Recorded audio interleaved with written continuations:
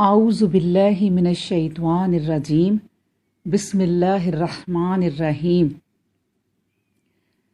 اللہ کے فضل و کرم سے البقرہ آیت نمبر 51 کی تلاوت کرتے ہیں۔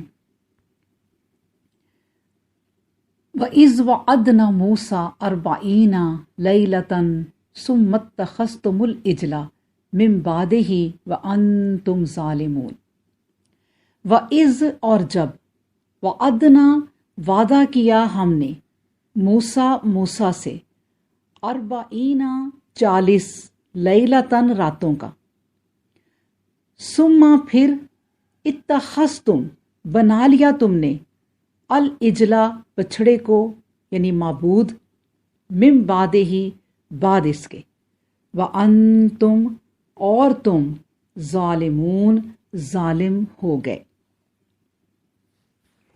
یعنی ترجمہ ہے کہ وہ واقعہ یاد کرو جب ہم نے موسیٰ علیہ السلام سے 40 رات کا عہد لیا تھا، اور موسیٰ علیہ السلام پہاڑ پر پہنچے ہی تھے کہ تم نے بچھڑے کی پرستش اختیار کر لی اور تم راہ حق سے ہٹ گئے۔ اب دیکھیں بنی اسرائیل فرعون سے نجات پا کر آگے بڑھے تو اب وہ ایک آزاد قوم تھے جن کے لیے قانون اور دستور العمل کی ضرورت تھی۔ اللہ تعالیٰ نے موسیٰ علیہ السلام کو حکم دیا کہ وہ کوہ طور پر آ کر 40 روز تک رہیں تاکہ ان کو قوم کے لیے وہ قانون اور دستور عمل دیا جائے، اور دوسری طرف قوم کی آزمائش بھی ہو جائے۔ اللہ تعالیٰ کی طرف سے حکم تھا اور موسیٰ علیہ السلام کی طرف سے اس کا قبول کرنا۔ کس چیز کا؟ وَإِذْ وَعَدْنَا مُوسَىٰ، وعدنا دونوں طرف استعمال ہوتا ہے، یعنی اللہ کی طرف سے حکم اور موسیٰ علیہ السلام کی طرف سے قبول کرنا۔ یہاں 40 راتوں کا ذکر ہے، اور میں آپ کو یہ بھی بتا دوں کہ سورۃ الاعراف میں 30 راتوں کا، اور پھر ساتھ ہی وہاں ارشاد فرما دیا اللہ نے کہ اس کو ہم نے مزید 10 راتوں کے ساتھ پورا کر دیا، جس سے اس بات کی اللہ تعالیٰ نے خود ہی وضاحت فرما دی کہ وعدہ حقیقی طور پر 40 ہی راتوں کا تھا۔ اب دیکھیں موسیٰ علیہ السلام کا زمانہ مفسرین کے بیان کے مطابق 1500 قبل مسیح سمجھا گیا ہے، اور سال ولادت یعنی موسیٰ علیہ السلام جب پیدا ہوئے 1520 قاف میم یعنی قبل المسیح 1520 بتایا ہے، اور سال وفات ان کا 1400 قاف میم یعنی تقریباً 120 برس عمر تسلیم کی ہے موسیٰ علیہ السلام کی۔ اور مورخین کے مطابق فرعون مصر یعنی رمیس ثانی کا زمانہ جس کے ساتھ موسیٰ علیہ السلام کا معاملہ پیش آیا تھا 1350 قبل مسیح تسلیم کیا گیا ہے۔ اور تاریخی واقعات میں یہ اختلاف بالکل معمول اور عام سی بات ہے، اور قرآن کریم کا جو انداز بیان ہے ان تاریخی تعینات میں اپنا وقت بالکل ضائع نہیں کرتا، کیونکہ وہ کوئی تاریخ کی کتاب نہیں ہے، وہ ہدایت کی کتاب ہے۔ اللہ اکبر۔ اچھا، تو موسیٰ علیہ السلام کی عارضی غیر حاضری کے زمانے میں جبکہ موسیٰ علیہ السلام پہاڑ پر تشریف لے گئے، ادھر ان کی قوم نے گرد و پیش کی مشرک قوموں کو دیکھا دیکھی، اور مصری زمانے میں مصر کے لوگ جس طرح گائے کی پرستش کرتے تھے اسی کے اثر سے انہوں نے ایک بچھڑے کی مورتی بنائی اور پھر اس کی پرستش شروع کر دی، اور یہ کام موسیٰ علیہ السلام کی قوم کے ایک بااثر آدمی سامری کی شوبدہ بازی سے رواج پایا۔ اور یہ بھی کوئی تعجب کی بات نہیں، کیوں؟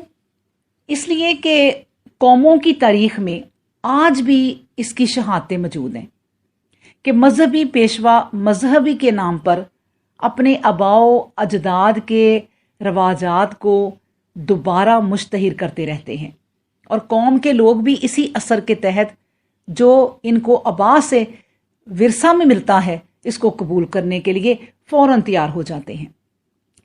اب مثال آپ اپنے گھر کی ہی لے لیں، دور نہ جائیں کہ بالکل پھر یہ بات واضح ہو جائے گی۔ کیسے؟ جیسے ہندو پاک میں آریہ قوم کی بہت سی باتوں کا اثر مسلمانوں پر ہوا ہے، جس کی مثالیں آج بھی ہمارے زمانے میں موجود ہیں۔ ہاں، زیادہ سے زیادہ صرف نام ہی کا فرق ہے، وہ بھی کہیں کہیں مل سکتا ہے۔ یہ پیر پرستی، قبر پرستی، عرس اور میلے، ناچ اور بھنگڑے، حال و مستی، منتیں اور چڑھاوے، تیسرے، چوتھے، 40ویں اور کل کی رسمیں کہاں سے آ گئی ہیں؟ ان میں سے ایک ایک کا تجزیہ کرتے جائیں تو وہ سب ہندوؤں کی رسومات پر فٹ ہوتی جائیں گی، جن کا اسلام کے ساتھ دور کا واسطہ بھی نہیں۔ لیکن آج سمجھدار سے سمجھدار آدمی بھی ان کے بجا لانے کے لیے سر تسلیم خم کیے ہوئے ہے، اور علماء سو ہیں کہ ان سب کو ثواب اور نیکی کے کام ثابت کرنے میں مصروف ہیں، اور عوام ہیں کہ انہی رسومات کو اسلام سمجھتے ہیں۔ ایک شخص دین اسلام کا ایک کام بھی نہ کرے لیکن ان رسومات کی پابندی کرے تو وہ پکا مسلمان ہے۔ اس کے مقابلے میں دوسرا شخص دین اسلام کا ایک ایک کام اللہ کی رضا اور رسول اکرم صلی اللہ علیہ وآلہ وسلم کی ہدایت کے مطابق کرنے کی ہر ممکن کوشش کرے لیکن ان رسومات کو ادا نہ کرے تو وہ مردود قرار دیا جائے گا۔ اللہ اکبر۔ بہرحال اگر ہم غور کریں کہ بنی اسرائیل آزاد ہو چکے ہیں، ابھی ہم نے پچھلی آیت میں پڑھا کہ اللہ تبارک و تعالیٰ نے انہیں فرعون سے آزادی دی، اب ان پر کسی انسان کی حکومت نہیں، ایک اللہ کے غلام ہیں، آزاد سرزمین ہے، اور وہ ہیں کہ غلامی کے اثرات اب تک ان کے دل و دماغ پر حاوی ہیں اور ان کے رگ و پے میں جاری ساری ہیں۔ جس وقت انہوں نے اس بچڑے کو دیکھا اور اس سے ایک بے نطق آواز سنی جو کہ ایک بھاں کے سوا کچھ بھی نہیں، وہ فوراً سجدہ ریز ہو گئے۔ اس کی بندگی ان کا سرمایہ حیات ہے۔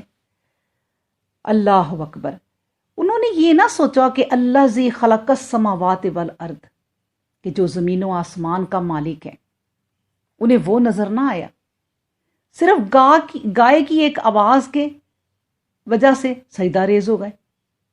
چنانچہ ان کی آئندہ قومی زندگی میں اس قسم کے بکثرت واقعات پیش آئے جن سے یہ حقیقت بالکل واضح ہو گئی کہ ان کا مقصد حیات صرف جمع مال و دولت تھا، اور صرف وہم پرستی تھی۔ عقل اور فکر اور قومی جذبہ کی بو بھی ان میں موجود نہ تھی۔ ان میں علماء تھے لیکن وہم پرست اور جاہ پرست، ان میں سیاسی لیڈر تھے لیکن وہ بھی وہم پرست اور جاہ پرست، اور عوام تو پہلے ہی عوام ہوتے ہیں، ان کی بات ہی کیا ہے؟ وہم پرستی کیا ہے؟ وہم پرستی کیا ہے؟ اعتدال اور عقل کا فقدان، جس کا نتیجہ افراط ہے یا تفریط ہے۔ ہر قوم کی ہلاکت کا باعث دراصل دو ہی چیزیں ہوتی ہیں، افراط اور تفریط، اور یہ مترادف ہے۔ وہم پرستی کے یہ مترادف ہے۔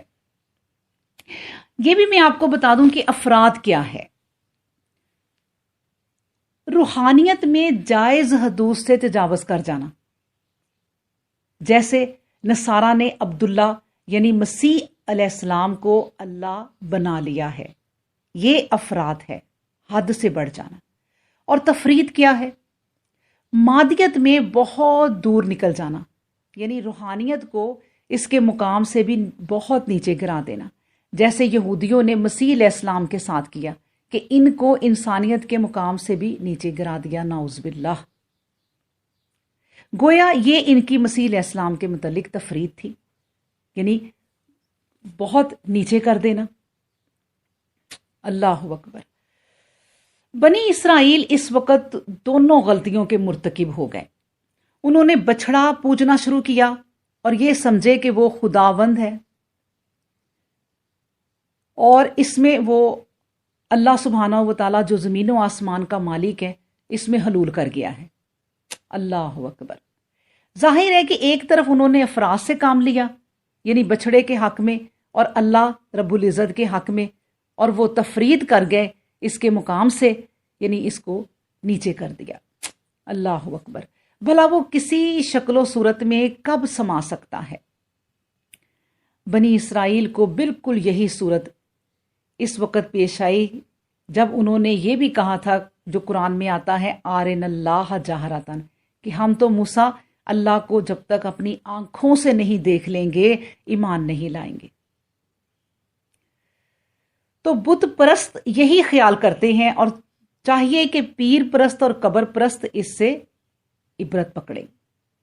بہرحال اللہ تعالیٰ نے جو اس آیت میں وَإِذْ وَعَدْنَا مُوسَىٰ 40 لَيْلَةً ثُمَّ اتَّخَذْتُمُ الْعِجْلَ مِن بَعْدِهِ وَأَنْتُمْ ظَالِمُونَ، اس آیت کا جو نچوڑ ہے وہ یہی ہے کہ یہاں بھی اللہ برتر و اعلیٰ اپنے احسانات یاد دلا رہا ہے، جبکہ تمہارے نبی یعنی موسیٰ علیہ السلام 40 دن کے وعدے پر تمہارے پاس سے گئے، اور اس کے بعد تم نے گوہ سالہ یعنی گوہ پرستی شروع کر دی۔